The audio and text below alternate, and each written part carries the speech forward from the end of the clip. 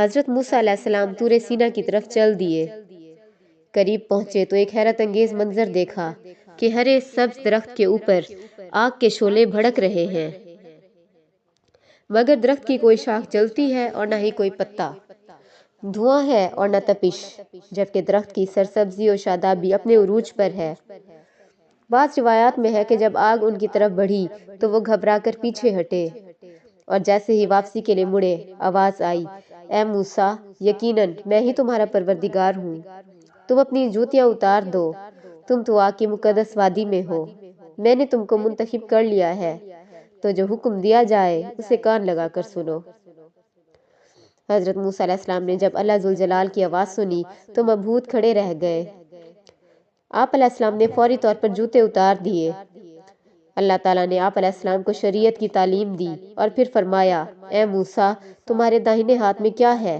انہوں نے کہا کہ یہ میری لاٹھی ہے، اس سے میں ٹیک لگاتا ہوں، بکریوں کے لیے پتے جھاڑتا ہوں، اس میں میرے لیے اور بھی کئی فائدے ہیں۔ اللہ تعالیٰ نے فرمایا، موسیٰ، اسے اپنے ہاتھ سے نیچے پھینک دو۔ انہوں نے اسے پھینکا تو وہ سانپ بن کر دوڑنے لگی۔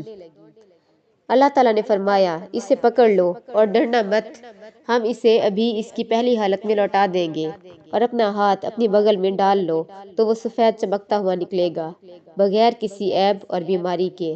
یہ دوسرا معجزہ ہے، یہ اس لیے کہ ہم تمہیں اپنی بڑی بڑی نشانیاں دکھانا چاہتے ہیں۔ اب تم فرعون کے پاس جاؤ، اس نے بڑی سرکشی مچا رکھی ہے۔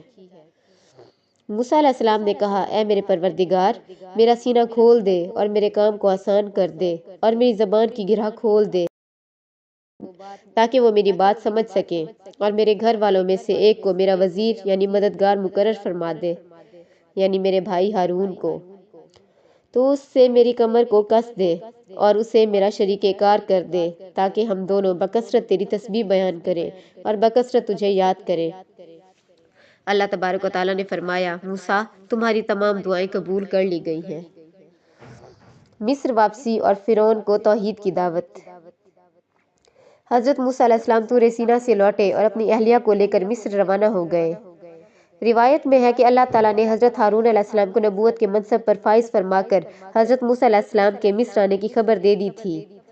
چنانچہ حضرت ہارون علیہ السلام نے آپ علیہ السلام کا استقبال کیا اور گھر لے گئے۔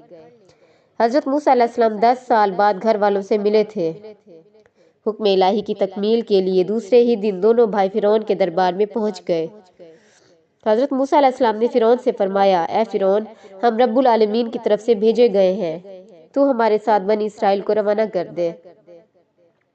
فرعون نے کہا، اے موسیٰ، کیا تو نے میرے گھر پرورش نہیں پائی، اور کیا تو نے یہاں رہتے ہوئے قتل نہیں کیا تھا، اور تم تو ناشکر معلوم ہوتے ہو۔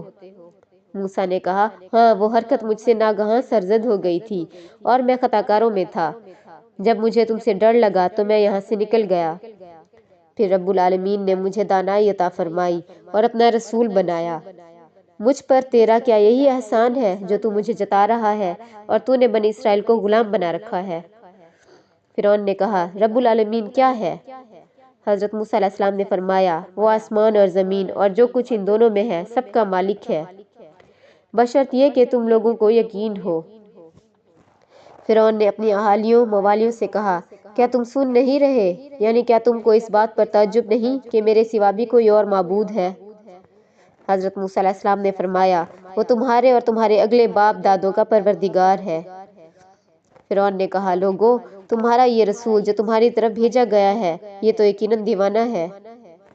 موسیٰ علیہ السلام نے کہا، مشرق و مغرب اور جو کچھ ان دونوں میں ہے وہ سب کا مالک ہے، بشرط یہ کہ تم کو سمجھ ہو۔ فرعون نے کہا، اگر تم نے میرے سوا کسی اور کو معبود بنایا تو میں تمہیں قید کر دوں گا۔ حضرت موسیٰ علیہ السلام نے کہا، خواہ میں آپ کے پاس روشن چیز یعنی معجزہ لاؤں؟ فرعون نے کہا، اگر سچے ہو تو لاؤ اور دکھاؤ۔ پس انہوں نے اپنی لاٹھی زمین پر ڈالی تو وہ اسی وقت اژدہا بن گئی، اور اپنا ہاتھ جو بغل سے نکالا تو وہ سفید چمکیلا نظر آنے لگا۔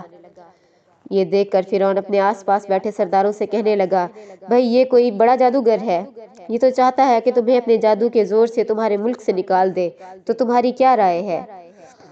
ان سب نے کہا، آپ اس سے اور اس کے بھائی کو مہلت دیجئے اور تمام شہروں میں ہر کارے روانہ کر دیجئے جو آپ کے پاس ماہر جادوگروں کو جمع کر کے لے آئیں۔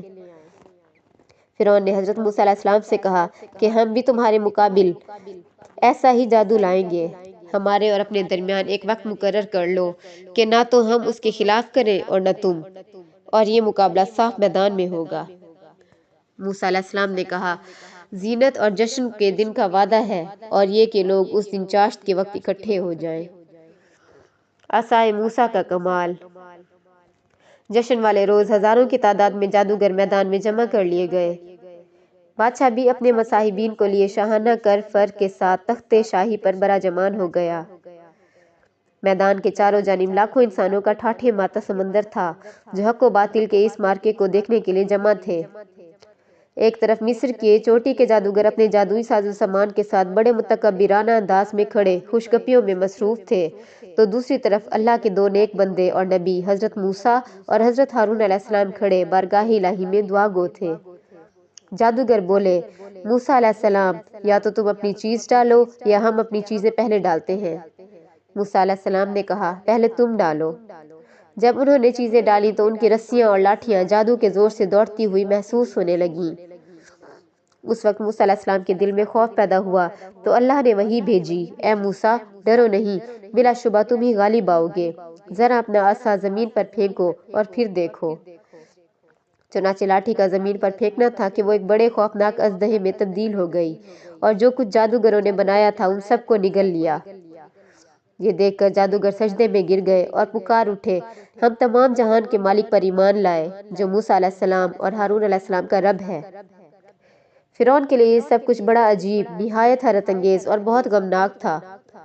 وہ جن جادوگروں کے ذریعے فتح اور غلبے کی آس لگائے بیٹھا تھا وہ سب نہ صرف مغلوب ہو گئے بلکہ موسیٰ علیہ السلام کے رب پر ایمان بھی لے آئے۔ فرعون نے غضبناک ہو کر کہا، میری اجازت کے بغیر تم لوگ اس شخص پر ایمان لے آئے، یقیناً یہ تم سب سے بڑا جادوگر ہے، میں تم سب کے ہاتھ پاؤں کاٹ کر سولی پر لٹکا دوں گا۔ انہوں نے کہا، کوئی حرج نہیں، ہم اپنے پروردگار کی طرف لوٹ جانے والے ہیں۔ روایت میں ہے کہ فرعون نے ان سب جادوگروں کے ہاتھ پاؤں کٹوا کر انہیں سولی پر لٹکا دیا۔